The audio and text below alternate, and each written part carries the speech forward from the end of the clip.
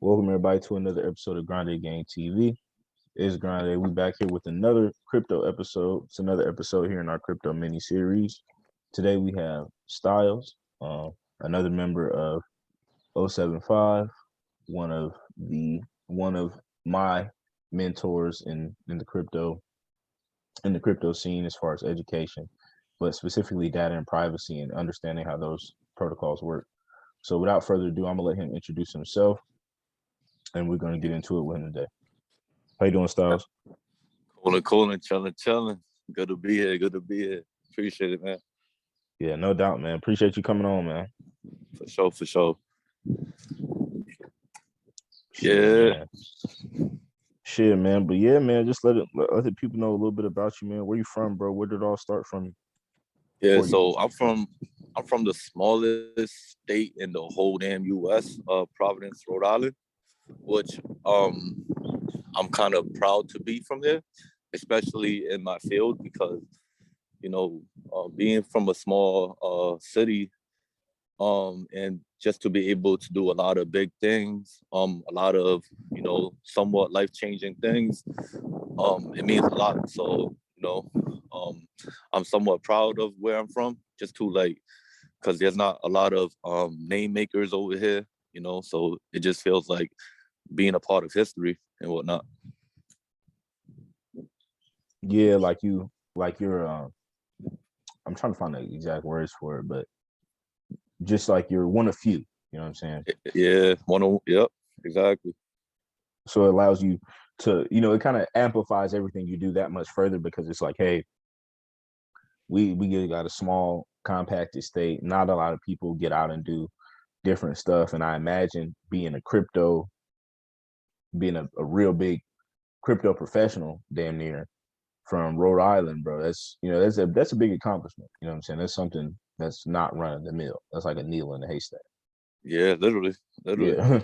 So respect to you, bro. Respect to you. How is it up there in Rhode Island, bro? That's one state I've never been to. I think the furthest north I've been is like Vermont. I haven't been to Rhode Island yet. How is it up there?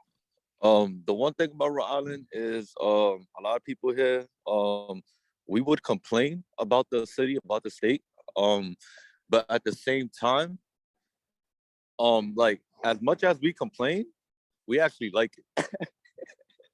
And I say, like, one of the biggest things about here is that, like, we got pretty much all the seasons, and then on top of that, everything is just close by. So like if I want to go to the beach, it's only like a 20-minute drive. I go to the mall, or we have like a whole bunch of bodegas, the stores that's close by. If we want to go, out fishing, we could go out fishing. Everything is in like, it's like a close proximity, so everything is just pretty much close by. That's the one thing that I like about over here. Oh yeah, that's what's up. 20 minutes, bro. 20 minutes from the beach and still close to everything else. That's damn unbeatable, bro. Yeah, big Is time. it like starting to warm up right now, this time of year? Like how cold is it and for how long up there? That seems the only issue with it up there. It seems like I y'all say, up there though, it's nice and fresh though, like y'all real close to the beach. yeah, I say it gets warm here like around May. Beach season will come like around June. Okay. Yeah, so like, and then it'll get cold like around October. That's when it's like hoodie Yeah. season and whatnot. But y'all kind of just hit it hard, you feel me, when it's warm. So like from June to like September is like as hard as you can hit it, I would imagine. Yeah, pretty much. Like the parties and shit, and then you Oh just, yeah, I mean, recoup up and shit throughout the rest of the year. Okay. that's a fact. It's kind of funny how you mentioned about the parties, because a lot of people that I meet from out state that like knows about my area and whatnot, they'll tell me, they're like, yo, your guys' party is like, like we know how to party. That's like because like our neighbor city is Boston, but like a lot of people from Boston, they will come out here to party because a lot of the parties in Boston close early. So it's pretty lit. It's pretty lit. Oh yeah, that's what's up, bro. So y'all kind of like you feel me, like the extra turn up spot. So y'all get some of that crowd too. That's what's up. Yeah, So it's like y'all get a good mix of people in and out of there, even though y'all a small state. exactly. And then Okay, cool. on top of that, it's like well diverse and whatnot. So so we have like a whole bunch of different culture, different backgrounds over here. So, like 1 minute I could be eating some, some like horchata, and then the next minute I go to the north side and I get some soul food. And then after that, I could probably, hit up some, like hit up a spot for like pho or something like that. So just like I'm able to eat like a whole bunch of different type of foods. I still got to try some Indian food. I'm not gonna hold you. I never tried Indian food in my life. I've had it, but I haven't had like authentic. But Indian food is good, bro. I feel like I excuse me. I feel like if you would like it, like if you like West Indian food, you should like Indian food. But bro, that actually brought me to my next question, which you was talking about. How was it growing up? Like you said, well, now you kind of told us it was diverse, but like what cultures were the mainstays? Like what were the main cultures that you grew up around and interacting with, living in Rhode Island and then wherever you're at, specifically in Rhode Island? So like when I first I grew up in the south side of Rhode Island, which is like, I'll say it's like a bigger strip. Like, like I was born in the West End area, which is like the smaller strip of Providence. And then I grew up in the south side at first, going to school and whatnot.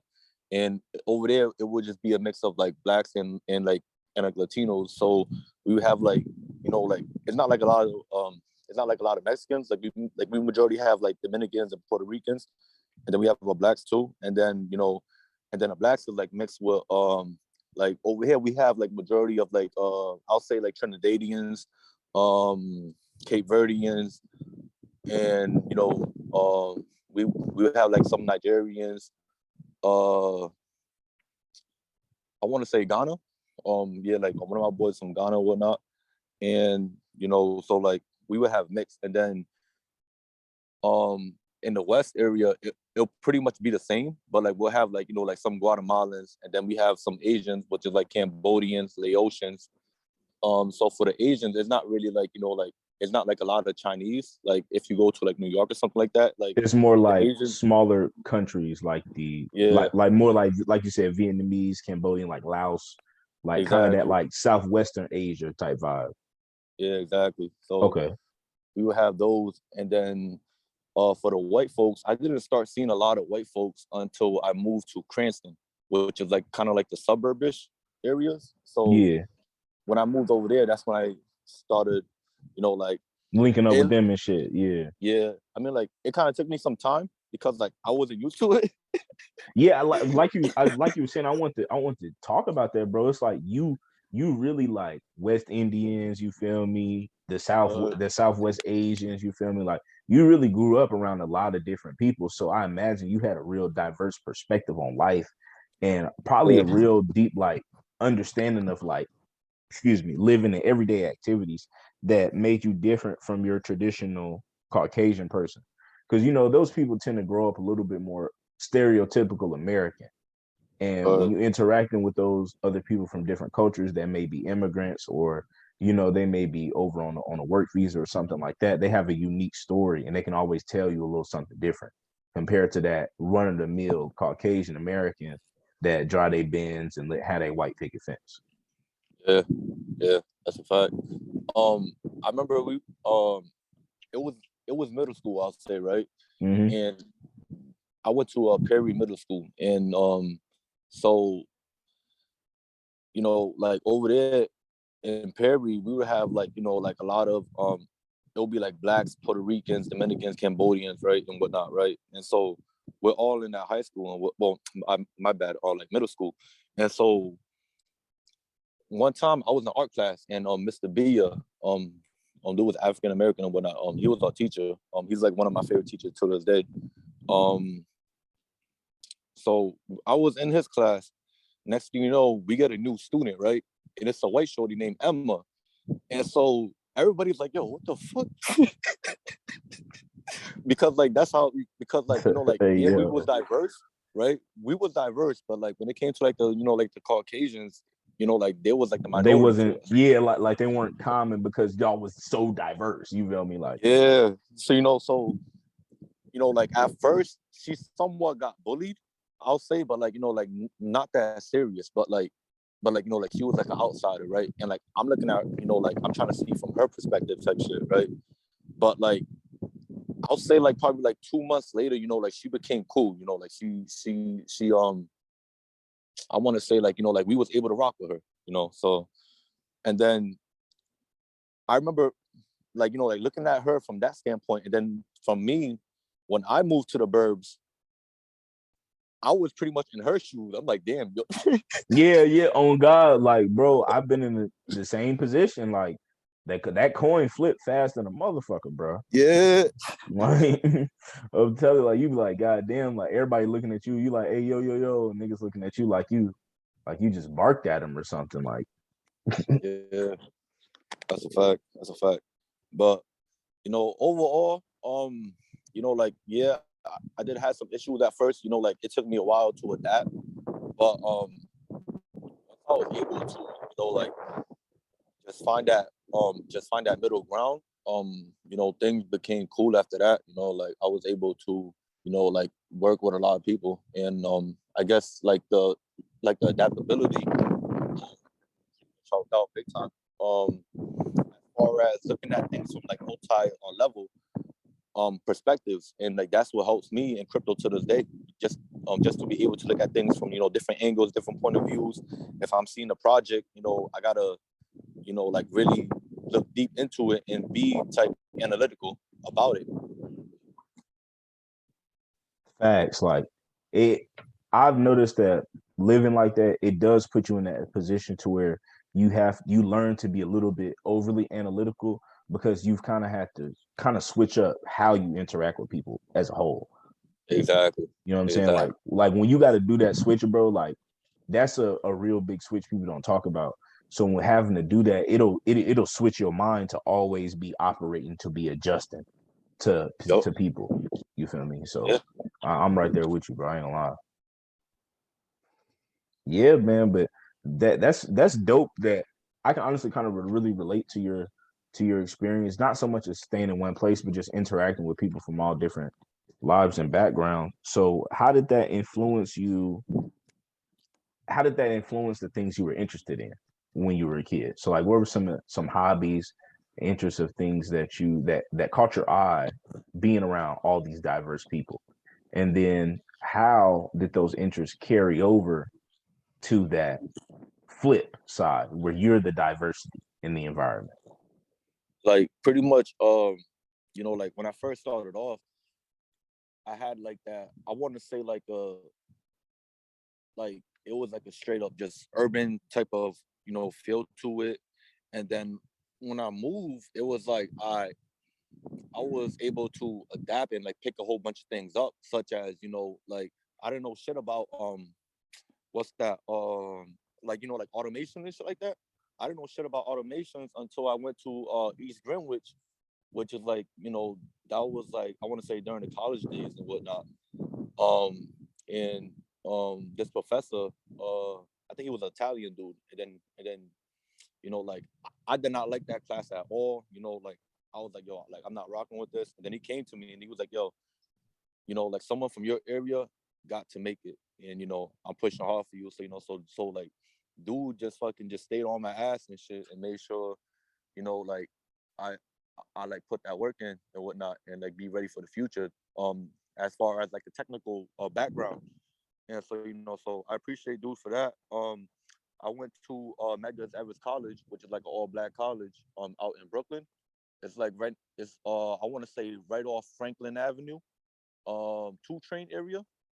Okay. Um, I went there. We had Mr. B, Professor Rosa.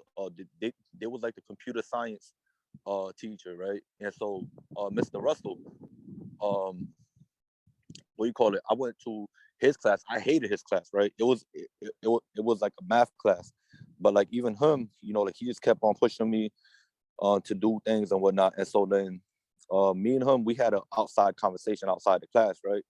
And this was when I moved to New York, and I told her, I was like, yo, like I'm not gonna make it here, like I I don't have any money to fucking take the train. He was like, yo, like you're just making excuses. here's $10. You come. Okay, he was like the one that's nah, like I'm gonna push you along, like nah, youngin, like he's He was like like, this yo, shit gonna suck, but I got you, yo, like he was like, yo, nah, but like, like he pretty much called me on my bullshit. yeah, like, but it's like he did it in a way that made you feel seen, like damn, nigga, like you had to do me like that, bro, like Yeah, so so like just that, like even that, it kind of taught me to like not to, like if you want something and like if you're gonna bullshit it, then that's what's gonna happen, you know. Um that's the overall effect, like if you really want something, yeah, it'll probably be hard, but like if you just keep on going, then you'll get it. That's like me. Um, like I, I'll say a lot of the things that I learned happened in school.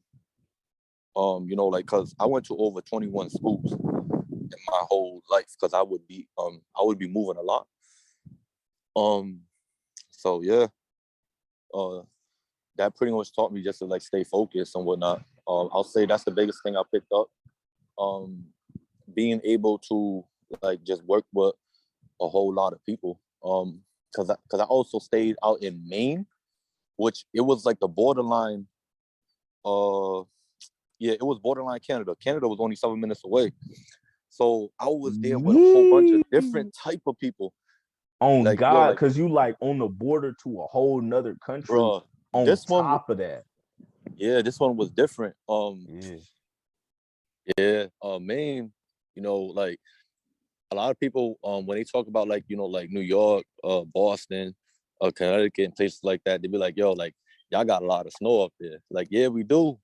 But when you go to Maine, especially on the borderline of Canada, bro, it's like snow you never seen in your life, bro. Cause like when I first got there, like if you look like what you call it, if you look at like a basketball hoop, right, or like pretty much like a basketball court, the snow over there filled like the top of the rim. Damn, yo. That's how high it was. That's how high it was. That shit was crazy. I'm like, yo, I never seen, Yo, like I never that's seen no some snow like, like this in my life, bro.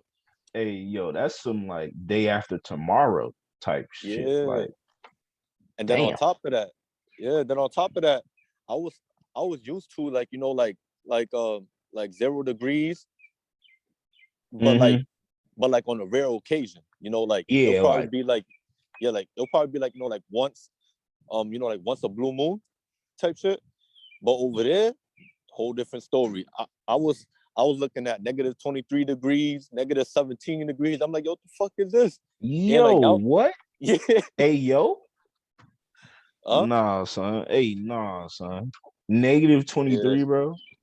Negative 23 degrees, negative 17 degrees. That was a whole different type of like I was like, yo, like what is this? And then over there, like I never knew what a long john was, like thermals and all that. Yeah. I never knew what that shit was until Hey, yo.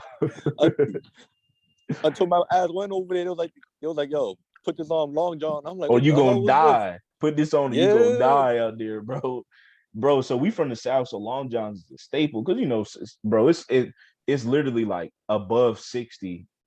I say so just like it's cold 8 months out the year, it's above 60 damn near 8 months out the year, most years. So one year it snowed in Alabama, bro. I felt how you felt with 10 feet of snow, bro. We got like 6 inches, bro, in rural Alabama. And we walked And, outside, bro. It was we have like this really ready, like muddy clay. So it was all mixed in and shit. It was all brown.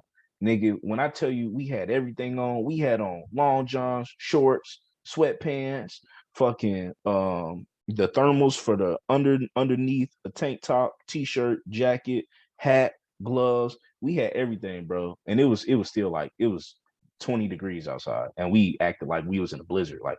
Like we, you feel me? Like we that's never wild. experienced no cold, bro. So Wild. I can Uh, only imagine negative 23, dog. Negative yeah. shit, bro. That was That's like next level right there, man. That was next level. And like yeah, and yeah, like bro. that had me thinking because I was like, yo, hold up. I'm at the border of Canada. Like, yo, where am I at in the world right now? So that's the shit that make you think about, you feel me, a grand scheme of things. Yeah, and then it's like, all right, so like if I'm at the border of Canada, that means I'm at the bottom of Canada. So like if it's negative 23 degrees over here, how What much the is it? fuck is it like Yeah, up there, yo?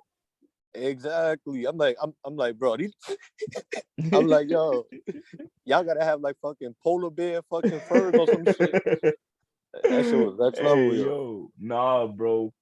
And then like y'all was by the water. Maine is like by the water too. So you know they say by the water it can only get like so cold, but like inland it Yeah. get dumb cold over nighttime because like the land doesn't hold heat as well as water does.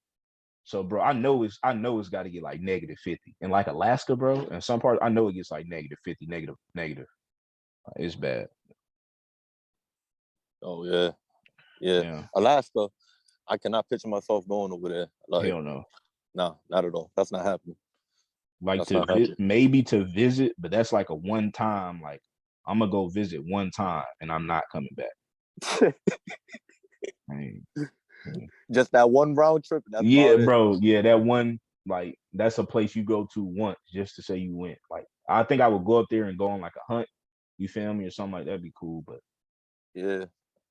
I'll say like the only reason probably to go there is for like that what's that thing called, that Aurora Borealis? facts, yeah, that's why I want to go for like the scenery, bro. And it's like they do have some great lakes up there and shit, and it's hella wild up there since like people don't inhabit it. So you run into like a lot more wild animals. Mm-hmm. So it's good for the photography and shit too. That's why I want to go take pictures. Yeah. So shit, how do you feel me? The North is, I know this is very harsh just from even with my living experience. So how do you think that kind of, do you think that had any influence on you getting into crypto at all? Because with it being Yeah. this cold outside, I imagine, you know, you're locked in the house, and you didn't, after a while you get tired of doing the same old BS. You're trying to find something productive to do. So So can you kind of walk us through that? yeah, so like when I was living in Maine, it wasn't like I was staying in the house. I was actually in a um in like a training facility, kind of. It's like a school slash training facility. What you call it? You heard of like job corps and shit like that? Oh yeah, okay, yeah. So it's Yeah, like a dormitory on some shit. exactly. Yeah. So over there, like I think it was like every 2 weeks, like they'll pay the students like $20 and whatnot, right? So and like to me, that was kind of like nothing really. And so, like there was like barely any jobs over there and whatnot. And so like, but people would still be buying food from each other because like like there was I want to say like 4 people on campus that was just like selling food. One of them so happened to be my roommate. And like the people that was selling all the snacks and stuff like that, they was the one that was getting the bread. So um I was there for like CDL truck driving thing. So Mm-hmm. and there I met one of the homies from Jersey, and then he was telling me, he was like, "Yo, man, there's a lot of bread here, man. You got to get, like, like put you on game or whatnot." So next thing you know, um, I ended up being one of the food plugs, and so I'm over here just selling, like, people will come in, knock on my door. I'll sell them, like something for like $10. I'm like, all right, if you want a cough drop, I'll sell you 3 cough drops for $1. Styrofoam cups is going for $1.25 because like like y'all kids, like y'all young, so I yeah noticed that about when I was in the college dorm. Like you forget about the little extras, bro. Like, oh damn, I brought mad drinks, mad 2 liters, no cups. What the fuck I'm yeah finna do? Like, you know what I'm saying? Like, exactly. And like I kind of made the cup famous because like I would take a styrofoam cup, right, and like I'll take a marker and just start drawing on it. Next people is like seeing me walking with double cup. and and then next people's coming like, yo, I want a cup. I want a cup. I'm like, yo, people's really buying cups. But like, just but because you feel me, just got it stacked up like that. yeah. And so with the whole snacks and all that. And then there was this one dude, which is also from Jersey. He would come in spending like 700 a week, right? And and I knew every single person that was, selling the food over there. It Mm-hmm. was me and pretty much three other people, and he wasn't one of them. And so I'm like, yo, they only pay people like, yeah, like they only pay people $20 every 2 weeks here. And $20? I know you're not working. Huh? $20? Damn. Yeah. Well, like 23, but I'll just round it Nigga. down. But yeah. But like I'm like, yo, like I know you're not working, and I know you're not one of the plugs on this campus because I know every single plug, and it was me and my roommate that was, like probably like the top two that was there. And so I had to ask him. I was like, yo, how you coming? I was like, yo, like how you coming in here and like spending all of this amount, like like every single week? And then he just took out his phone, and then he showed me like it was forex, right? Mm-hmm. And so I'm looking at him. I'm like, yo, what the hell is this? But like I was also the type to like be to like be open minded and like just not like knock shit down. Yeah, so it's like you like, what the hell is this? Like, show me what you showing. Like, what are you showing me right now? Yeah, and then he showed me like the news of like Donald Trump. I think it was Donald Trump at that time talking. Yeah. Was it Donald Trump? When Well, what was like the year? 2016, I think. Yeah, it was Donald. Yeah, it was Donald T. Yeah. So he had shown me that, and then they was talking about like the U.S. dollars and the Japanese yen, and then he was just pressing some buttons and shit. Next thing you know, I just saw him make $400 in front of me. I'm like, yo, what the hell is this? Damn. I'm like, yo, like what the fuck just happened? Because like just looking at that, and it's like a whole alien language. So I started reading up on it. My roommate did the same thing, but apparently my roommate, what you call it, he came from Africa. So I think he came, what's that country called? I want to say Saudi Arabia. Not really, but like somewhere Somalia? near there. Somalia? Yeah. Mm-hmm. So his parents, um I guess they taught him about like shit like mutual funds and all that shit, because even Oh that shit, yeah. yeah, so like even that shit I had no idea what the fuck that was. And so my roommate telling me that, like, yeah, like like like he got some shit in mutual funds, this, that, and the third. He's showing me fucking Fidelity, interest rates. Mm-hmm. And this is a whole new, I'm like, Yeah, yo, what bro. the hell Like, am I looking at? So and like that just made me want to dive it into even more. So when I got out, I just kept on practicing, and apparently the person that showed me it, he kind of stopped doing it. So it came to a point where like I just kept on going, and I kind of like passed this level. So it came to that point, and then I joined a group called K2, because like I was looking for like like other traders out yeah, there. like, yeah. So that way, it's not just you. You feeling like you getting like other perspectives on what you're doing. You're not just. Exactly. Yeah. And so I ended up becoming an admin for that group. And Mm-hmm. um so like I would meet a lot of people and whatnot. And then it came to a point, because like at first I was thinking that I had to deposit like debit cards and whatnot, right? So like pretty much like regular bank cards. But then I heard that you could make way more using like offshore brokers.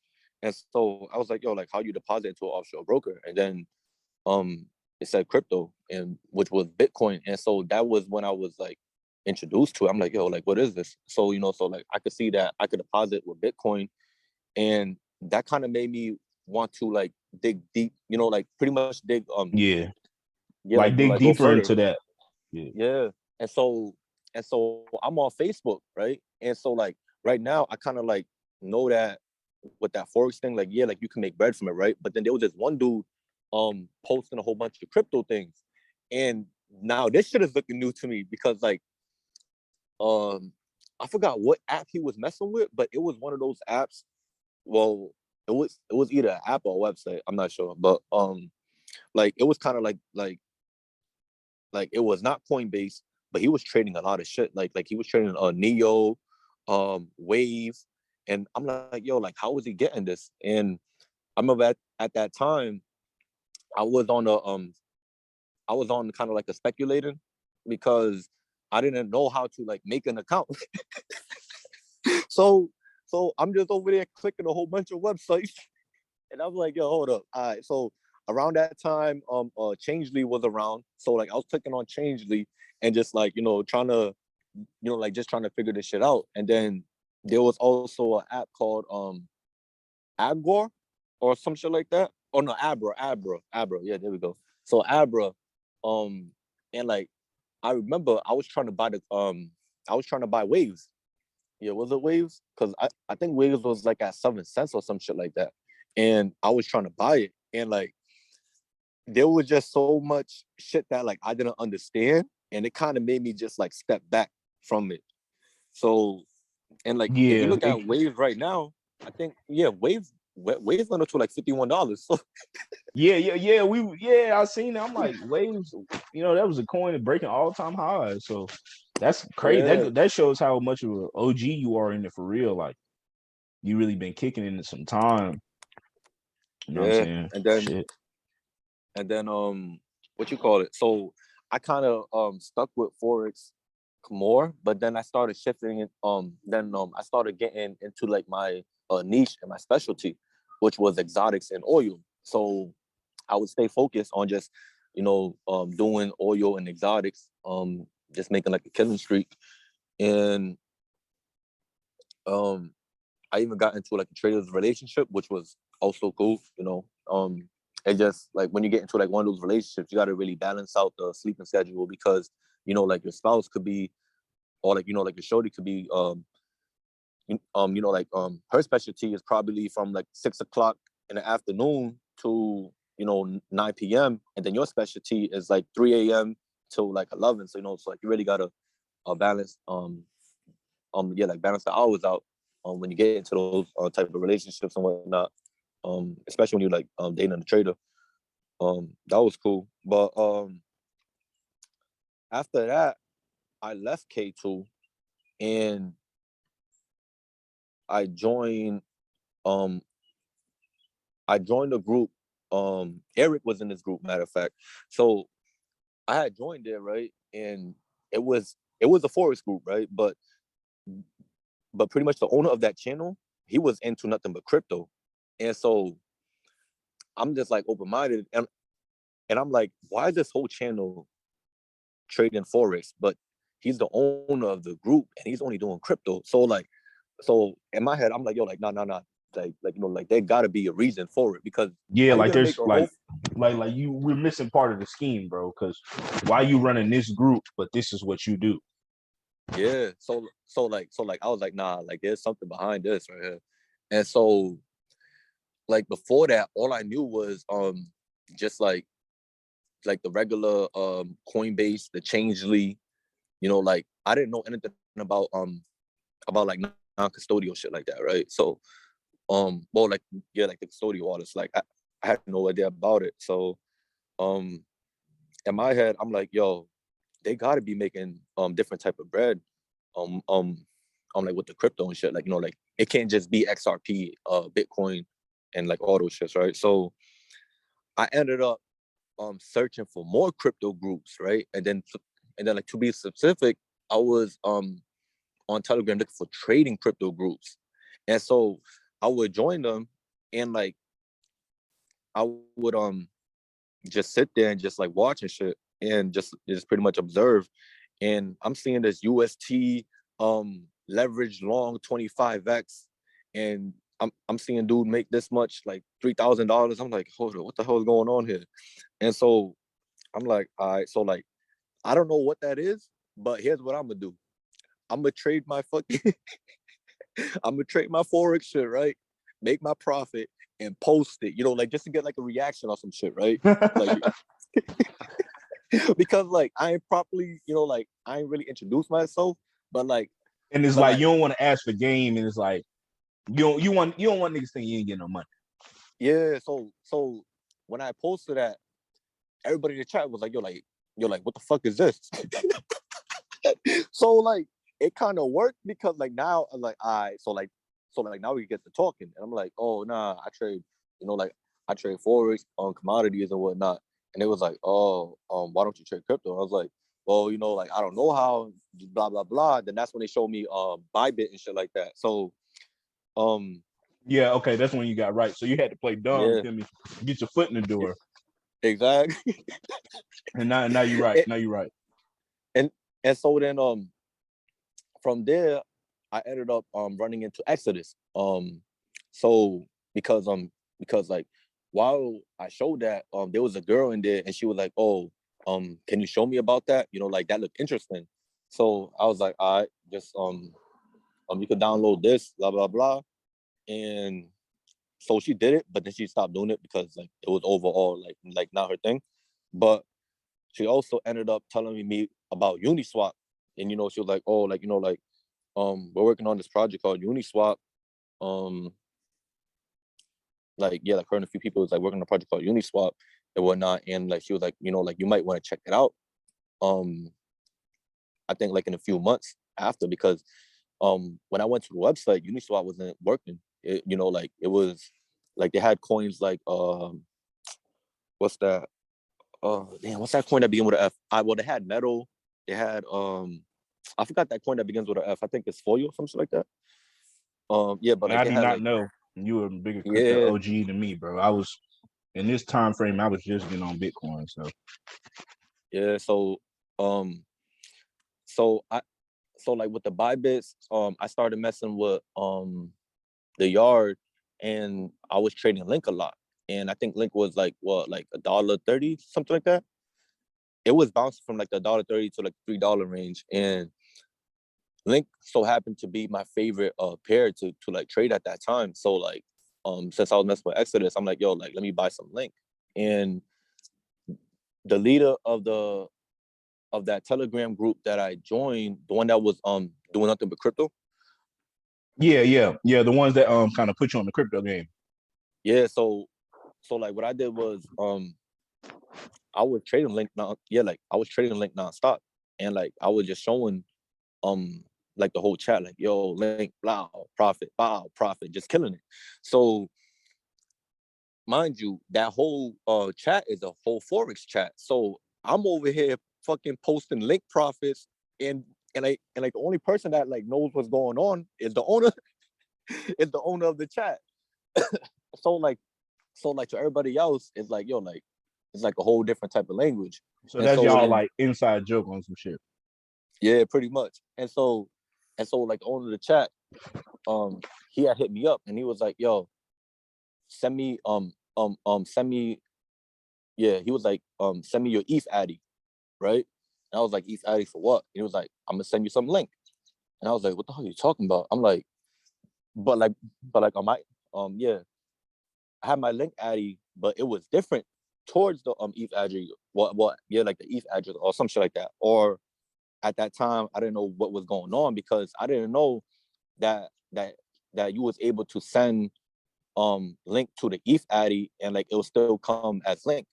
That's what the whole ERC20 shit. Yeah, And like that's when I like started. you knew what it was, like you knew what Link was Yep, from a trading standpoint, but you wasn't like knee deep in it. Like you weren't like, what is this shit really on the back end? Like as yeah, far as how these addresses work and interchain operability and all that fancy shit. exactly. So like I didn't know about like like about certain coins belonging to like certain type of networks. And so like And from being that like point, gas and shit like well, you it, probably knew about gas, but but the think about it as a concept, not just as one thing that's happening. exactly. So from that experience alone, when he sent me that, then like I pretty much started paying a lot more attention to like the different networks, because he would come in and like he'll be like, yo, this so and so smart contract on Tron. And so I ended up downloading, like the Tron wallet, messing with a lot of their was it the smart contract place? Yeah. I was messing with a lot of, yeah, like I was messing with a lot of their dApps and just, doing the thing. And then Uniswap started working, and I forgot what we did on Uniswap, but we did something on Uniswap. So I plugged in like two MetaMask or whatnot. And like at first I didn't know how it was working. I'm like, yo, like, what the fuck is a failed transaction? I just lost $30. Oh So God, like yo, I'm losing money. Like yo, what's happening? What's happening? yeah, and so like I was scared. So right, because I'm like, yo, like if I press this shit again, like chances are I might lose another 30. Oh God, like So, damn, but gas. I yeah, so know, I know. For the listeners, that is a hard lesson. My bad, bro. I didn't mean to cut you off. But yeah. And then so like I kind of left it alone after that, right? I was like, nah, I'm good. I'm just gonna mess with that Tron shit, like because like that shit I kind of understand. So um we had did that, and there was a new coin that came out, and he was telling me, he was like, yo, this coin's gonna come out at this time, and I think it was like 7 o'clock in the morning or some shit like that. And so he was like, yo, make sure you get this coin, bro. Make sure you get this coin. I'm like, all right, all right. And so when I try to get the coin, I'm over here hitting him up. I'm calling him like, yo, ringing, ringing, ringing. He's not picking up. And I'm like, yo, bro, I'm trying to get this coin. Because it's like that adrenaline rush. But at the same time, with me trying to get the coin, I don't know how to get the coin. And like, he's not picking up. yeah, so it's like, man, this nigga done told me he done sent me on a wild goose chase, man. I'm getting scammed. Yeah, but like at that moment right there, that was when I was like, now I know with this shit, you cannot be so dependent. Like, like you gotta take that, like take that initiative Yeah. of like just getting it, like either way you can. So what I did, so like what I did was I fucking did a whole bunch of searches and shit. And I think I was on Twitter at this time. Was I? Maybe not. But like, oh no. I was searching Telegram. So Telegram, I'm over there joining a whole bunch of channels, asking mad questions, and like when I'm clicking the links, I'm making sure that, like the links look good and whatnot. And so at the end of the day, I ended up getting it. And he ended up hitting me like fucking yo, he hit me up like 12 hours later. Oh, yo, I was at work. Did I miss it? Hey yo. Oh shit. I'm like, yo, how the fuck did I get the coin before you? Hey, I'm and like, bro, for everybody listening, this is a funny story because you're gonna experience this in crypto. It's just like yeah, Styles said. You think that the people that taught you this shit are in some Ivy League of crypto knowledge. 9 times out of 10, bro, they just somebody just figuring out just like you, bro. They just yeah, had somebody put them on, and now they at it's levels to this shit. Just like anything, bro. Cause you yeah. see, bro's supposed to be your master in this shit. You know what I'm saying? He your Obi-Wan. And he asking you, damn, did you get the coin, bro? Oh, Yo, that shit. I know that shit was disappointing as hell. Like, damn, bro, I believe in you, big bro. Oh shit, bro. I was like, yo, like at that moment, I knew I was like, yo, like this shit, you really gotta have that, um, like that gem hunting, like pretty much like the mentality of just being a gem hunter. At that time, I don't know what the hell a gem hunter was, but like, pretty much over time, it kind of clicked. So yeah, that shit was mad funny. And then so we did that, right? And I'm just usually doing my thing, messing with Link. Link was paying for like a lot of my vacations. I kind of wish I didn't fucking splurge like that, but like I was fucking just on vacation. I was on vacation like no tomorrow, bro. I was Yeah, like, yo, you gotta blow it to know it, my brother. Shit. yeah. I'm over here enjoying the food spots and shit.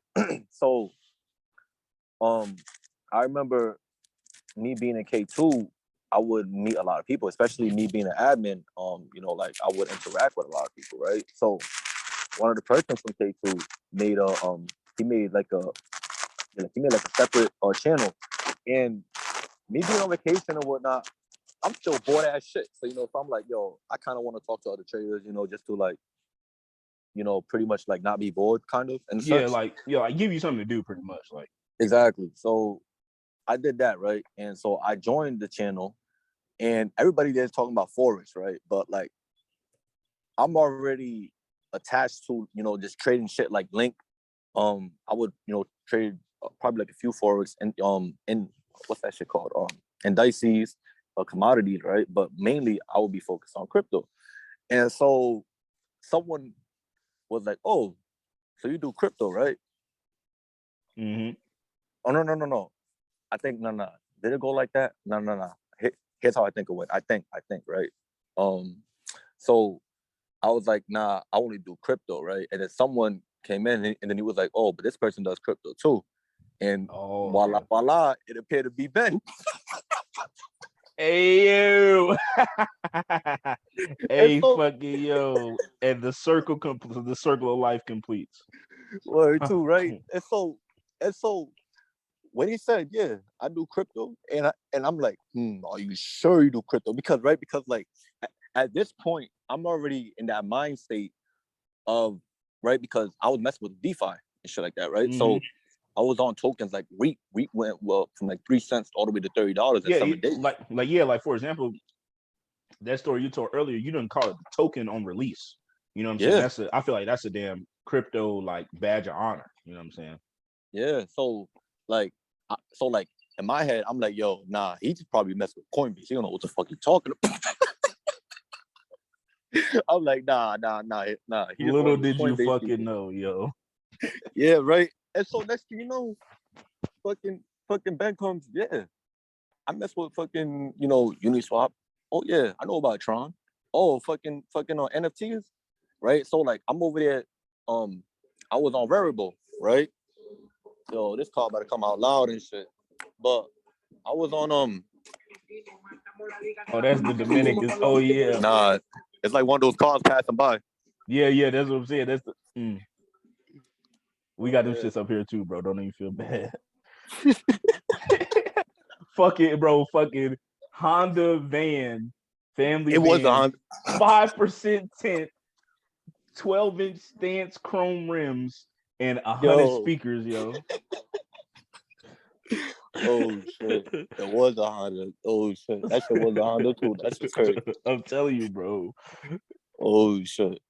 But yeah, so we pretty much messed with the same thing. And I was on Rarible, right? So I had made NFTs and Ben knew about NFTs. I'm like, oh shit. So so like maybe he actually does. I'm like, all right.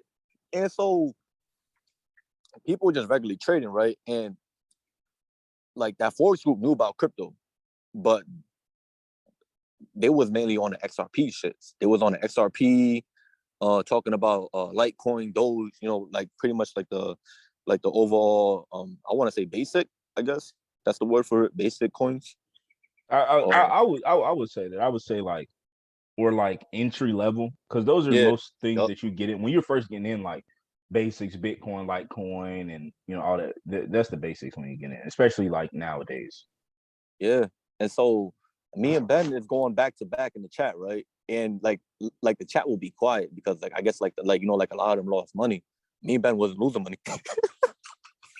so so so like not on some asshole shit, but like it like kind of appeared to be on some asshole shit because like we were the only one that was like profiting like that. But like me and Ben would like post plays, right? And then 2 weeks later, or like even a week, like within a week, like I would post snowball one day, right? And this shit shoots up 700%. Ben would post a play and this shit just goes up like crazy. And like we're just doing this shit back to back, back to back, back to back. Because like at that time, DeFi was like popping. Like if you get into a DeFi play, you're getting like fucking 700 within a week, like on fucking percent wise or some shit like that. And so, we're just killing it. And like the whole chat is just lost. Next thing you know, me and Ben is talking about NFT games. I'm like, yeah, yo, like about Neon District, about Emerald Sword, and then Ben comes out of nowhere, Axie Infinity. Mind you, Axie Infinity was like 20 something cents around that time too. And this was like October. Yeah, October 2020, I think. And Axie Infinity, I kind of faded her because I was like, yo, this game looks like some bootleg Neopet wannabe Pokemon. Yeah, you was bringing every insult out of the book, yo. Yo, that was the worst fade. I was like, yo, hold on. How the hell did I fade that, bro? And then like from that point, it kind of changed my perspective on things. It was like, like if I'm in if I'm investing into a game project, not to look at it as something that I would play, but like maybe view the world as a whole and see if if how many people around the world is like interested into those type of games instead of just like looking Your at it personal bias. And I ain't gonna lie, exactly. bro. This brings up a good point. It's something I want to make sure we cover it for the viewers. So much of investing is a mindset. It is mental, bro. Life is mental. You experience life in between your fucking ears. So it's all mental. Yeah, And and in my journey, through knowing you, through knowing Ben, y'all took me to that next level to see that hey, nobody gives a fuck about your personal bias. yep, Because your personal bias is not gonna make this company millions of dollars. But your personal biases in relation to everybody else's is something that people are interested in. yeah, So if it's something that you think other people will be interested in, then you should probably pursue it. But if it's not, then you probably shouldn't. Like you have to learn to zoom out and look at things from a macro perspective instead of the micro perspective that is your life. Like for everybody listening, you can't think about investing as crypto is what money are you gonna make, but who is making what money in this space? Not what money are you making, but what money is the big dogs in the space making? What type of money are they yeah, making? Because those are going to be people that are going to be driving crypto in the future. All this shit is just like the stock market all over again. It's just like the internet all over again. It's a fucking reset button. It's a button that you can click in society that is going to cause extreme advancement, extreme wealth, and it's going to cause an extreme divide. This next button push is going to be real grimy, bro. that's a fact.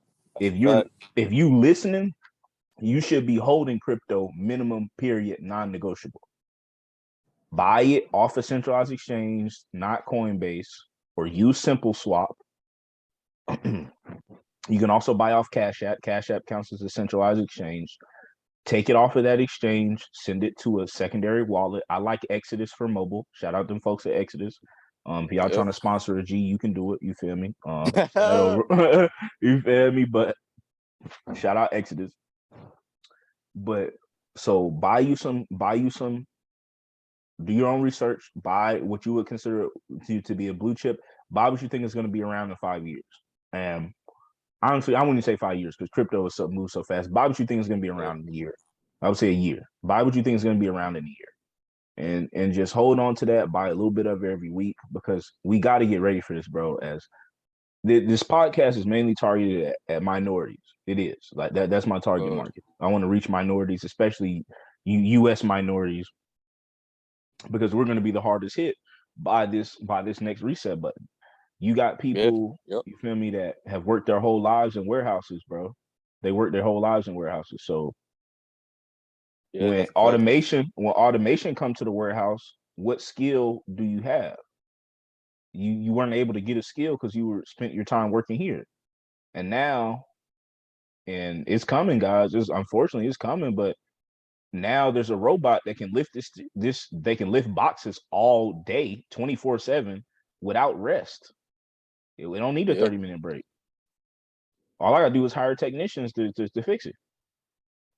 And you feel me? It's a bit of a rant. You feel me? I don't mean to take the floor from you, Styles, but it's just a very important point that I wanted to bring up is that understanding the mindset that you have to get into this shit. You need to, as humans, as individuals, we have to think about life as a whole, not as Yep. everyday experience. What is your life going to be like in 10 years?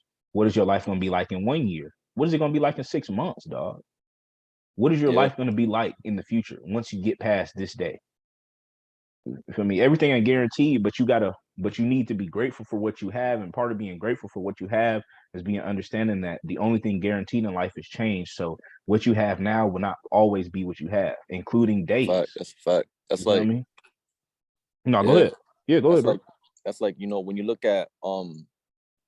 when you look at like other countries, like let's say like like when what's that Venezuela, like Sri Mm-hmm. Lanka, yeah, like I think Sri Lanka is actually going through it right now. Yeah, Somalia is going one a country going through it right now, where your homie was Yeah, from.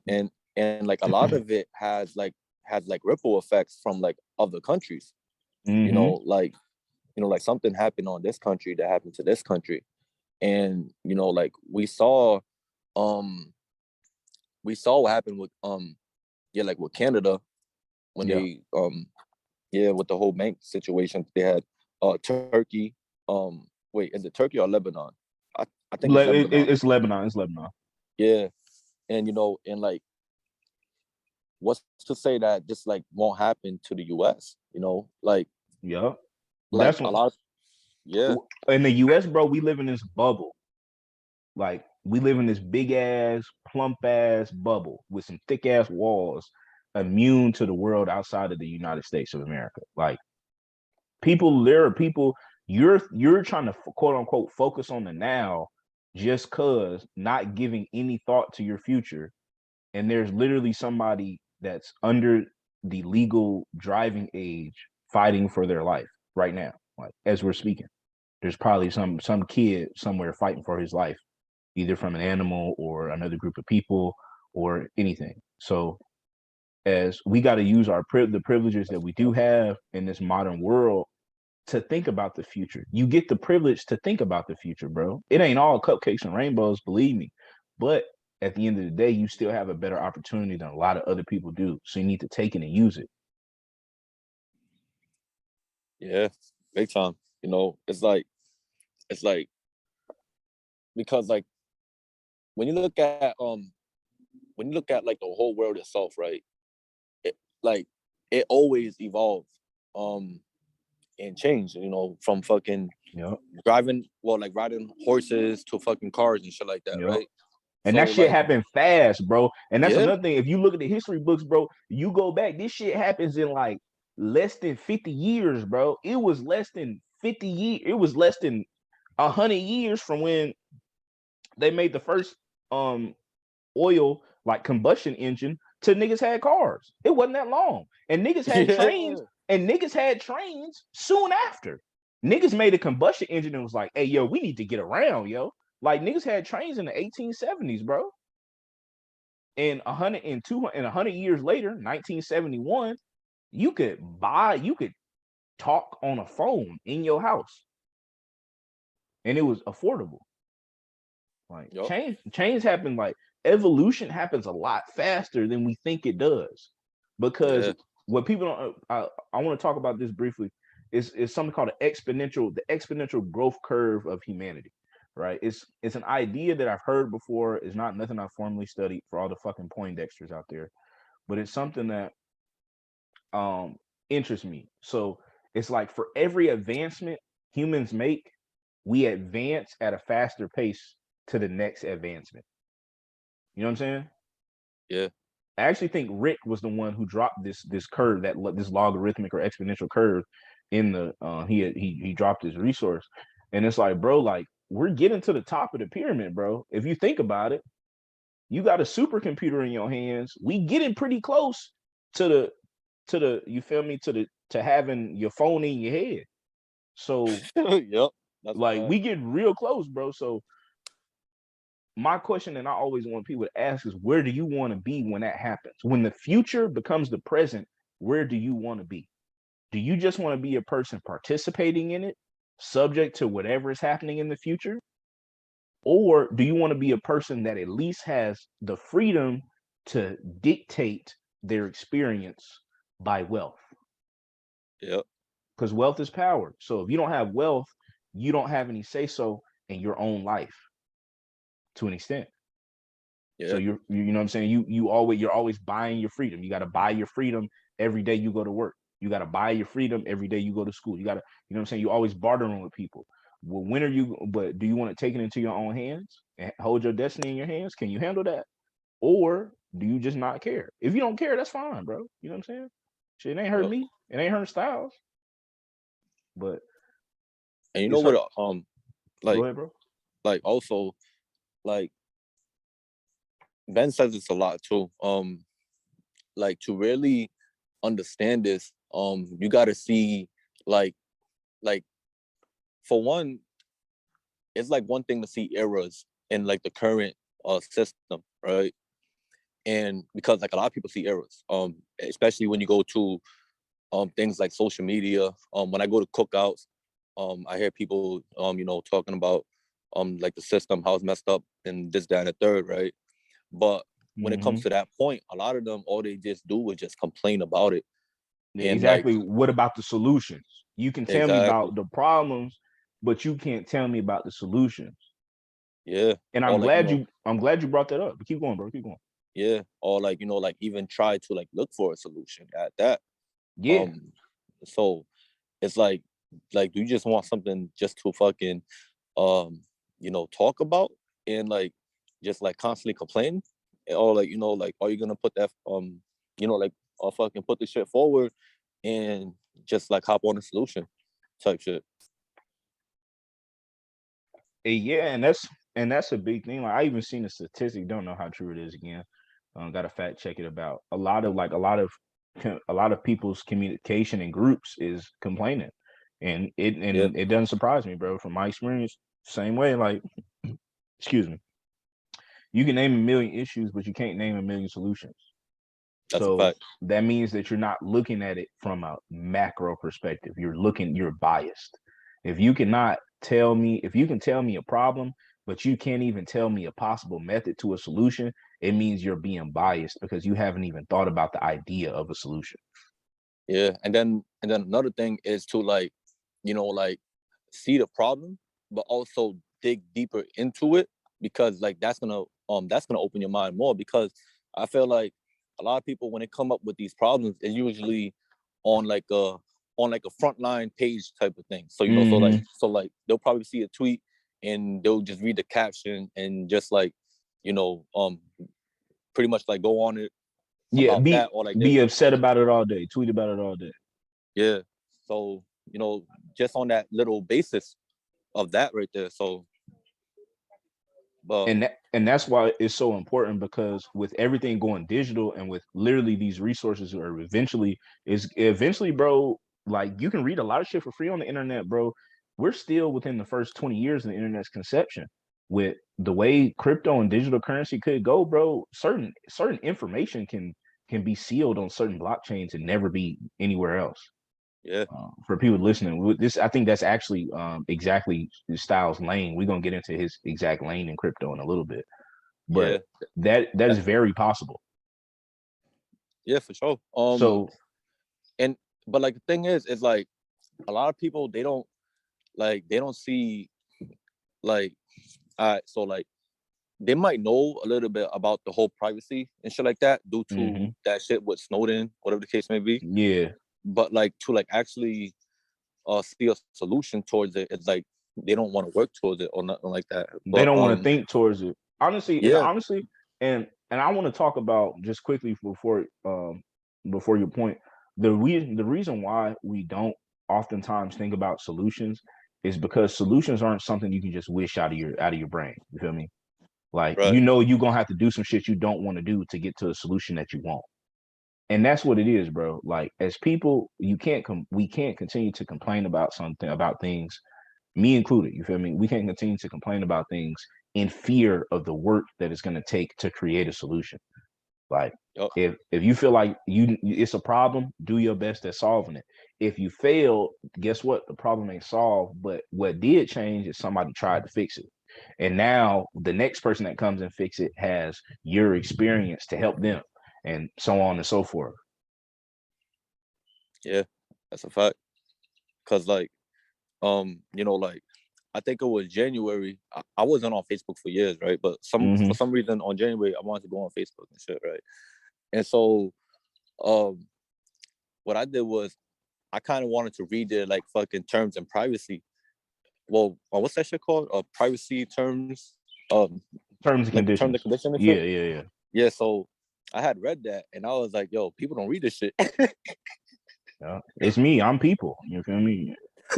And I even Yeah, know that from not reading it that I've opted into some shit that I am not okay with. Like, I know that I'm yeah. not okay with the permissions.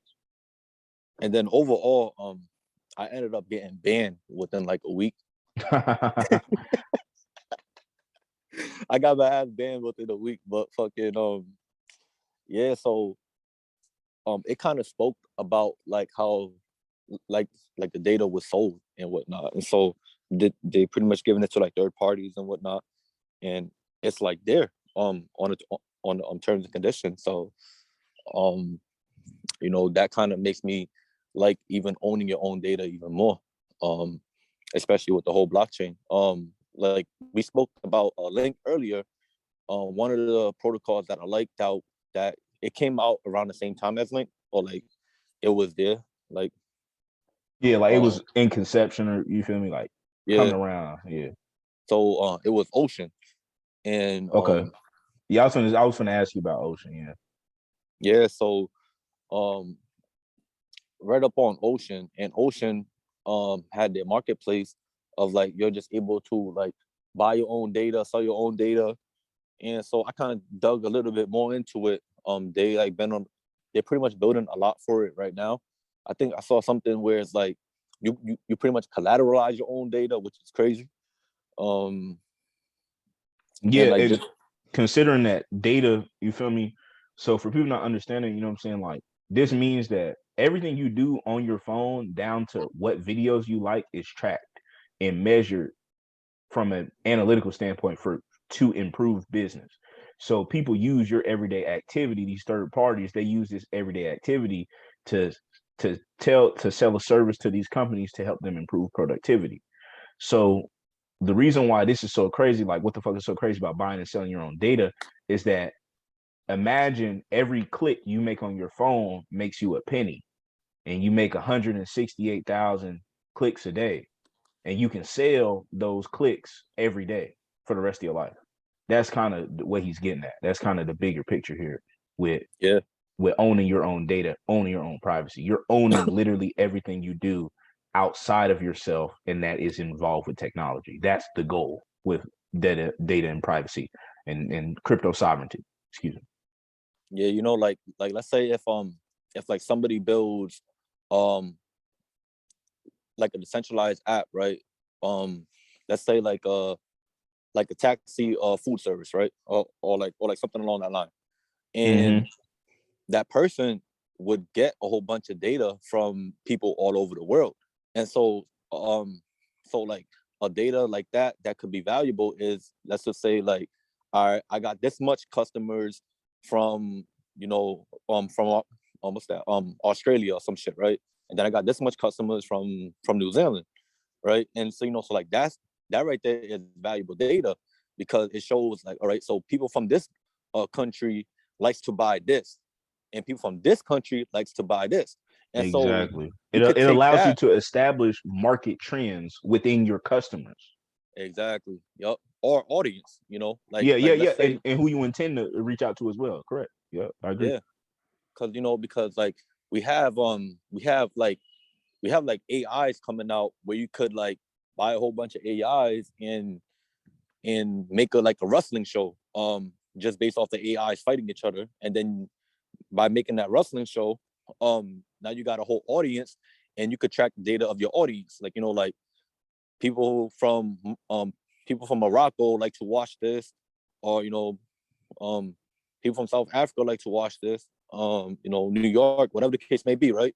And so that right there is valuable data, because you could sell it to like a whole third party, and they can use that and find a way how to market people towards like advertisement and whatnot. So like there's a lot of things you could do. Even music artists, like they got Yeah, I was gonna fans. say music, like anything consumer based. So everything. You feel me? Music. Let's say if you're a restaurant that's capturing transactions and NFTs, you know what I'm saying? You can track what types of food these specific demographic, like it's unlimited, bro, with the Yeah, data, because because everything is like, data. Everything is data. yeah, like when you think about it, right? You could make a Facebook account and an Instagram account, and you're not getting charged to make it. But like you look at Instagram and fucking Facebook. They $1 million. How they $1 billion? Yeah. How are they making money, bro? How are Yep. they making money? Exactly. So it's all off data. So with us, having our own data and like being able to sell it, it's like we're doing everything that Facebook is doing. We're doing everything that Google is doing. We're doing everything that Amazon is doing. So that On puts your us in phone. position. Yeah. Exactly. So like that put us in position to be in the same level as like all those elites. It's just that for us, it's pretty much like sovereignty. So it it just give It us gives like the you upper hand. freedom. Yeah, it gives you Yeah, like the whole goal with this crypto shit is so that you can be an average Joe and work your job, bro. That's the whole goal of investing in finding wealth is so that you can be a regular person and live every day and live day to yeah, day. That's the whole goal. Like for those of y'all listening, we don't want everybody in here to become millionaires and buy fancy cars and buy. No, bro, we want you. I want you to be fulfilled. Living grande is about what it means to you, bro. If you want yep, to have a nice house and have a wife and 5 kids and just grow and watch your kids grow up, but you just want to know that you're gonna be able to be there for them no matter what, and you don't want finances in the way, then yeah, you can still invest in crypto, bro. You don't gotta want to go to the moon, bro. You know what I'm saying? Like, bro, you make 100 bands off clicking buttons, you still a real nigga in my book. I don't, you know what I'm saying? Shit. yep. But so you you feel me? You actually brought me into my next question. My next Roman thing is talking about just your personal lane, data and privacy. So with data and privacy being being so lucrative, how does how does the individual transition into taking a piece of that pie with these data and privacy crypto networks? I Like what say, yeah, go ahead. like I was gonna say like what do I'm always kind of looking for if I was a nobody, right? If I was somebody that didn't know nothing about crypto at all, but you were trying to educate me about data privacy coins, what mindset would you recommend I be in, and what resources would you recommend I become familiar with, even outside of crypto? Just understanding how it all works, how selling data works itself. So like one of the things that I like doing, well, like even before I get there, right? Like the mindset is, I would say to understand the mindset, you probably want to read a book called what's that book called? Was it Last Days of Google or some shit like that? I think it's called it's something Google. I'll have to like look for it later, but It's okay. I want I'll to, fact check it. yeah, I want to say Last Days of Google or something like along that lines. Um, and so that book pretty much explains like the whole, tech industry and whatnot. Read that book and um, pretty much have that mindset of like knowing your worth in a sense, because you're pretty much giving your data out for free all the time. Um, Unless like you're using an app that's kind of like beneficial, like like if I'm on Twitter, Twitter's collecting data, whatever the case may be. But at the same time, it still has this beneficial standpoint, like like researching on Twitter and whatnot. But a lot of people do not use it that way. Especially like Instagram and all of that. Um, like we have a data union, which is like you could take your pictures, and pretty much sell the data of your picture. Uh, what's that website called? Ocean Academy.io. That will give you like a more deeper field into it. They also put you on like a testnet, Ethereum MetaMask. So that even brings you into like diving a little into Web3, even if you're like new. So yeah, I'll say that's probably the best route to start off as a newbie. Is just to take that oceanacademy.io, and that would like pretty much bring you more in tune with it.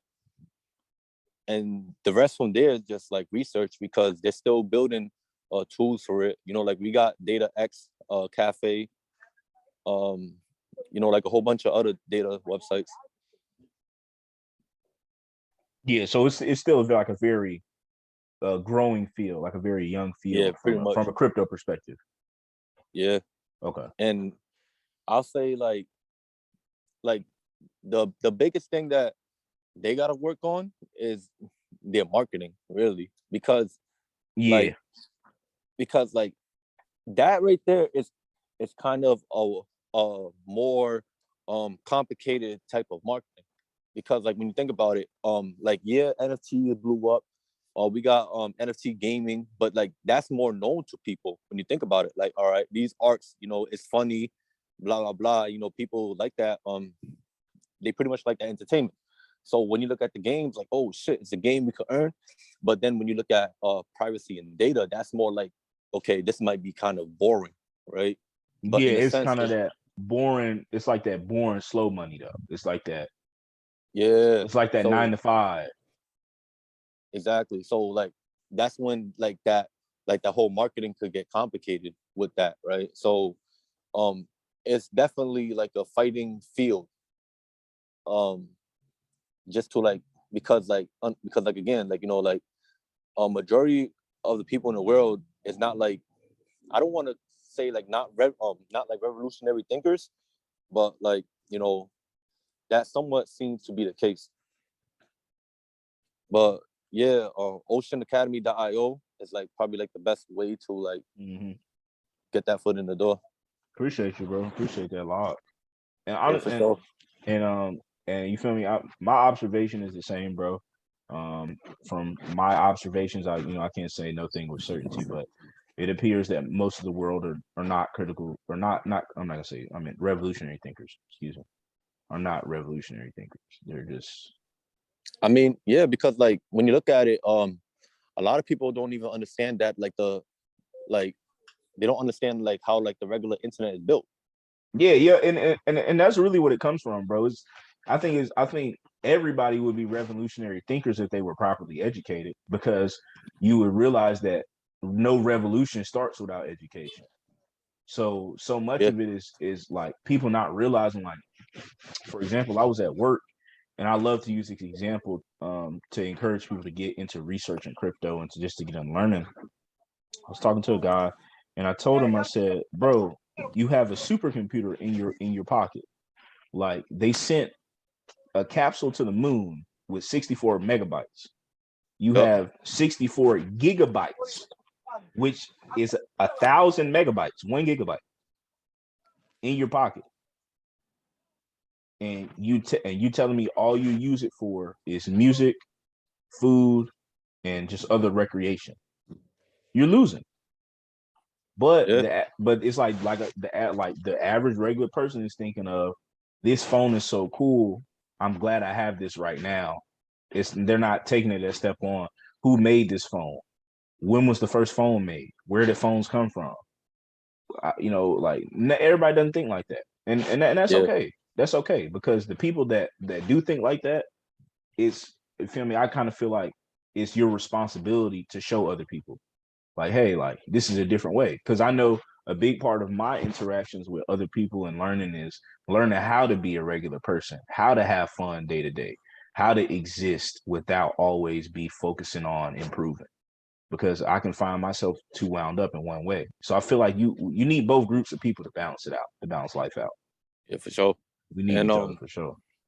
I'm gonna say this too, like with Hmm. the whole data thing, I say like the best way to go about it too is like if you're like a creator of some sort, or even like a builder of a platform, that'll probably be the most beneficial thing, because like with data is not something that you're just gonna go into and just make the bread. Like like you wanna create something that's like for it type shit, right? So like let's say if you make like a decentralized Spotify, you know, um you pretty much already got data. So like I'll say like the best thing is like to be the person that's actually creating the data. Like yeah, you can invest into it, but you also, like if you're going into the investing route, like you want to play it smart. So it's like, like it could be hard, but like, like let's say like if like energy is a big thing, and you're investing into like a lot of energy sets that's based on data. So yeah, I'll say like the creative route is like the best route to go, or like the builder route. Because that's where you're going to be getting, you feel me, your maximum. Mm, I want to say Yeah, game. I want to say games, but yeah, games. Like, that's where you're going to be getting the most out of your potential, because just because you own because just because you own this is also a good key difference between Web 2 and Web 3.0 and why it's important to make the switch before it happens and it becomes regular. Web 2.0 is just buying, holding coins, using coins to interact on platforms that are doing something related to your fiat life. Web 3, as in we talked about with the episode with Ben, is more focused on decentralized finance, being your own bank, being your own custodian, the person managing and making all your funds. So if you're not using the technology, then in my opinion, you're not truly investing in the technology because you can't invest in anything you don't know about. So if you're out there, I say do your own research a step further. Don't just read articles on things you want to buy. Interact with things you want to buy. Because there's actually a privacy network that Styles put me onto that as we've been it sounded cool on paper, but as we've been interacting with it, it's not, you feel me? It's run into its problems. You know what I'm Yeah. talking about. Yeah. Yeah. Oasis. Yeah, man. I won't go do Yeah. them like that. But Yeah. I had to leave. I was like, nah, nope. no, he said fuck him. Yeah. No, but so please, guys, please just always take that as a warning and understand that just because you're investing in something doesn't guarantee that it's gonna go up. It also doesn't guarantee that it's gonna go up the way you think it does. One key thing that Styles said that stood out to me as an investor is he said it's a fighting lane. So what that is telling me is that it's something so revolutionary that right now it doesn't have widespread application right now. But every major company is getting into the metaverse. They're getting into Web 2.0. So if you can start learning about data and privacy before they get all the way established, that might be your next moonshot if you're looking for a moonshot, data and privacy. Because if we know these companies is coming to crypto, they gonna want to set up the same shop. And once they realize that, hey, we can just do this, do that, it's gonna be too late. So if you're listening, shit, get a jump on this shit. You should Yeah. Because get a jump like, on Ocean. yeah. And there's also other data platform that's coming Mm-hmm. out too. So you kind of want to be open minded about it. Exactly. Like yeah, I mess with Ocean, but it's not like I'm not it's not like Ocean I'm going Maxi. all in type shit, right? Yeah. It's just like the plan, like because like It's about exposure. You feel me?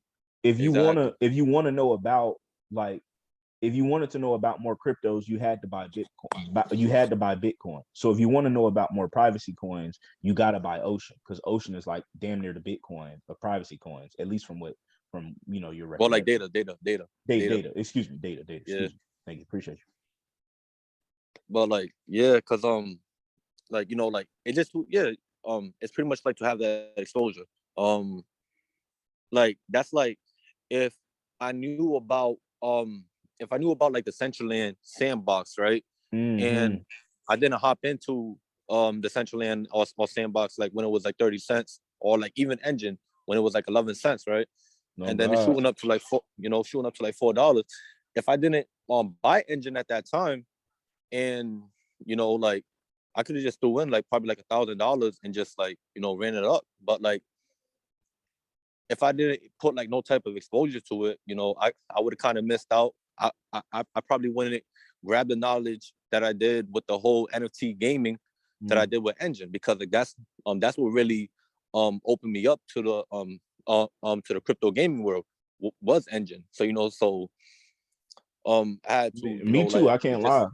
yeah When I read up on it for the first time, I was like, yo, like this is it gives a forecast for what's to come on some, exactly. you know what I'm saying? Yup. So it's like I'm, how we be on the same page. So it's like I'm thinking that like, damn, like how do I be the person getting paid off of using this coin? Not how am I the person buying and holding this coin? Because that's another thing. Another Exactly. thing Yup. about being an informed investor is it lets you hold your bags easier. I wanted to make that a point because I've been that investor that wasn't really looking up shit. He was just buying it because everybody else was buying it, not really knowing how it works, not really using it. You feel me? And it always created an anxiety and an urge to sell my investment before it was Right. time to, before it was time to use it. And that's wrong. And that's exactly why I want everybody to go get exposed to these platforms, because you have to do it yourself, because you have to know what you're investing in so that you can be, man, you know what? Fuck it. I ain't taking my money out. It's a good project. And just Yep. say fuck it. If it dies, it dies. Those are the people that making it in space. That's it. You feel me? If you want to know how to be, what's the one defining crypto space, what's the one defining crypto trade about crypto millionaires, and that's the only fucking thing, bro. They just don't quit. They find a project they like.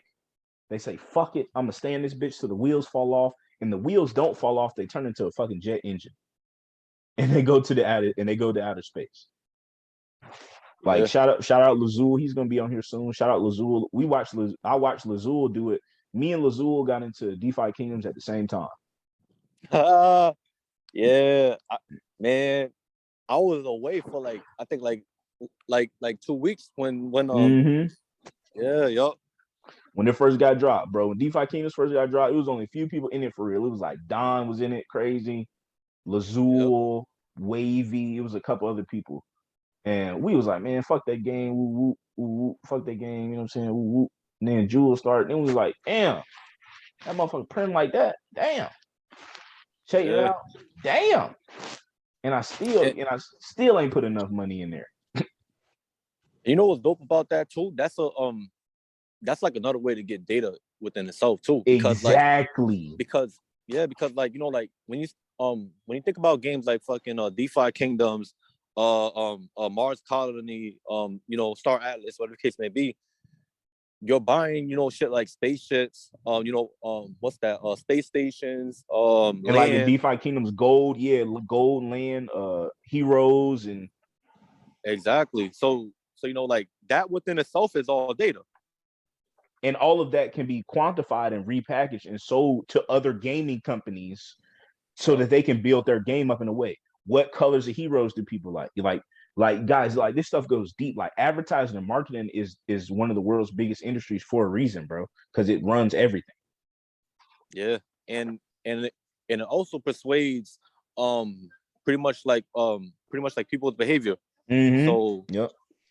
So like on like a society level, like what's to say that you won't have big institutions to come in to the Web3 world and try to like kind of like manipulate what's going on within this field too. But like if they want that data, then they'll have to come to like regular people like us. At least that's like something along that line. Like not really along that line, but something like that. I mean, it's close. It's just like because like they're always gonna have more money than you, but they still have to go through it the same way you got to go through it. Like they got to set up these platforms and it's a what is it called? Fuck, the equalizer. Yeah, that's what it's called. Shout out Denzel. It's called the fucking equalizer, bro, because it brings everybody up to that slate, that clean slate. But one thing I did want to ask you, because you brought up a great point. What like with the DeFi Kingdoms point. So what lanes in the crypto space do you think are going to be the most data reliant in the future?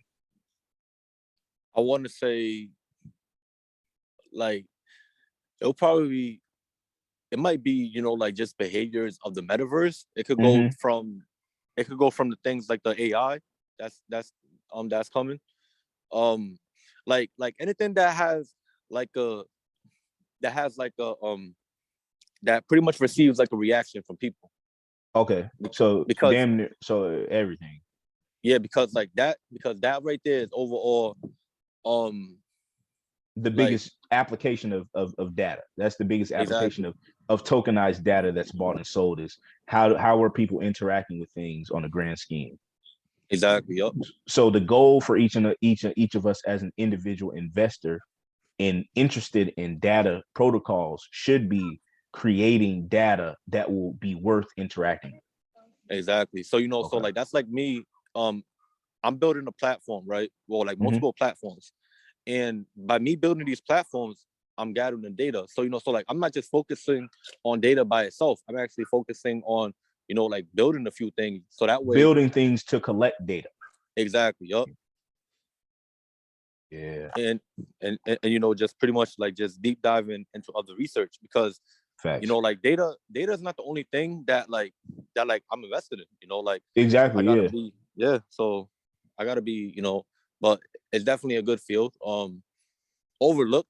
Will it go, like it just like pretty much like what we spoke on earlier. Just like the marketing is kind of hard for it. So But I like you said, I think that's a human nature thing as well because it's hard to like listen to people that are like trying to tell you about this and that, and it's like, bro, you're not everybody. It's kind of that cascade effect once again. yeah, That's kind of what the data protocols are proving to us is that herd mentality is really a way of life and a way of thinking for most human beings because that's just where they feel comfortable. Like, yeah. but man, I'm at the list of all my questions, man. We covered everything from your lane, your specialized lane, to fucking 10-foot snow in Maine. You know what I'm Yeah. saying? Right now, I mean, to be honest, right now, like, I'm more, I'm having more fun stacking on a platform that Mm-hmm. that's like collecting fees. Facts, There you go. facts. Like currently, yeah. That was another thing I was gonna ask you. Like, what was any advice that you wanted to leave with the viewers? Because like I said, I'm out of questions. So what would you want to leave with the viewers that are must have sayings in navigating this crypto market right The now? best thing is to be open minded. When you're gonna hop into something, don't go in all the way. You got to test out the waters first. Mm-hmm.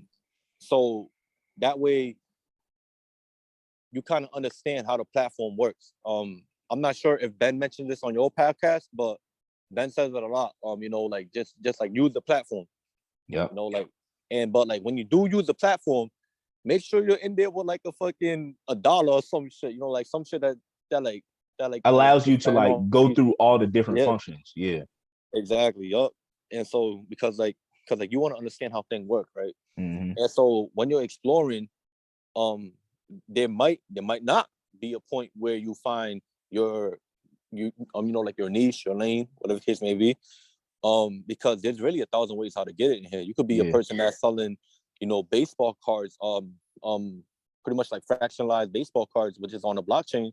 And instead of selling the whole baseball card, you could sell a piece for like 300, or like like fractionalized real estate. Like that's a whole nother lane. So it's pretty much, I'll say explore, find your lane, and just like whatever you do, just make sure that you earn instead of just like Yeah. like like when you find yourself earning in a bear market, that's when you're like, okay, because if you're if you're just buying and holding, that bear market is gonna eat you up, especially if you did not enter at a good price. Like stable, yeah. If you didn't swap stables and take profits. Exactly. So, you know, finding your lane, sticking to your thing, making sure that you know how to eat in the bear market. Um, and yeah, pretty much that. Shit, man. We appreciate you. I appreciate you coming on, man, chopping it up with us and giving us some real good game. A lot of it was new to me, and I'm very happy that I got to hear it. And I hope the viewers will be as well. For sure. Yeah, brother. But all right, everybody, it's been another episode here at Grande Gang TV. We appreciate Styles coming on and dropping some real good game for us. So I just want everybody in here to stay and live Grande, man. Always, always, always do what you want, but do what you must, because doing what you must affords you another opportunity to do what you want. Never, Yes, ever, never, ever, ever forego necessary responsibility for unnecessary enjoyment because it will bite you in the ass. That's just for me. That was on my heart today, I guess. But man, when it comes to this crypto shit, man, read, and read some more. Oh yeah, see, You should have Read, mentioned that right there. Read. Yeah, read, that's a big one read. right there. That's a big one. If you You were gotta on read. so let's say, for example, if you're on Ethereum and you use Ethereum every day, you need to read an Ethereum article every fucking day. One, at least one. If you own Bitcoin, you need to lead you need to read an article about Bitcoin today. Just to get you in the habit of understanding the language in the space, how people talk in the space, what they're worried about. You have to read, bro. Read, read, read. And that's also going to help y'all save some money and not get shiny object syndrome. Because if you got to read an article a day for every coin you buy, that's going to definitely make you keep that portfolio low. I don't know about y'all, but Yeah. And then also, with the whole what's that called? Or like the YouTube videos and whatnot. Me personally, what I like doing on YouTube, if I'm watching a video that's, like pretty much like educational based or whatnot, even in the crypto field, I like to fucking hit that settings button, go to the playback speed, click that normal, and make sure that it says 1.5x or 2x. So that way, but I do gotta have the headphones in. So that way you I'm catching kind of like, everything, and it forces you exactly. to like lock in. I do the same shit, bro. Yup. That's That like shit, yeah, that shit that's make you lock in, bro. yeah, that's that hold up. Let me be fucking Cyborg from Teen Titans real quick. Hey, oh That's god, that, hey, yeah. that's that motherfucker. You trying to be trying to activate your Neuralink. You know what I'm saying? Hey, hey, tell me why I've For real, been for fucking real. with Bert. I've been fucking with Bert trying to learn some EWT. I'm gonna save that for when Bert comes on here, you guys. Wink, wink. Oh yeah, for sure, for sure. So yeah, I've been trying to focus with EWT, man. Them damn 39-minute videos. You best believe I'm hitting 2 times speed, boy. Yeah. Oh god. What you call it? EWT is pretty much exactly why I pretty much brought up energy earlier. Yeah, so so that one, electricity. Yes, sir. yeah, that one right there is definitely gonna be big right there. Like that one, I want to say under the radar, kind of. It just don't got that much. Extremely. Yeah. So so like I say overall that's a good thing to look at. I think as far as, especially if you're trying to trade and then like not be a day trader. Cause that was my thing, my problem when I was trying to learn to trade like last year and shit. It's like I wanna trade, but I don't want to be a day trader. So I don't want to take more than 3 trades a day. I don't want to be a day trader. But Right. it enables me. Hold on, I'm gonna stop this recording. All right, everybody, all right, live grounded.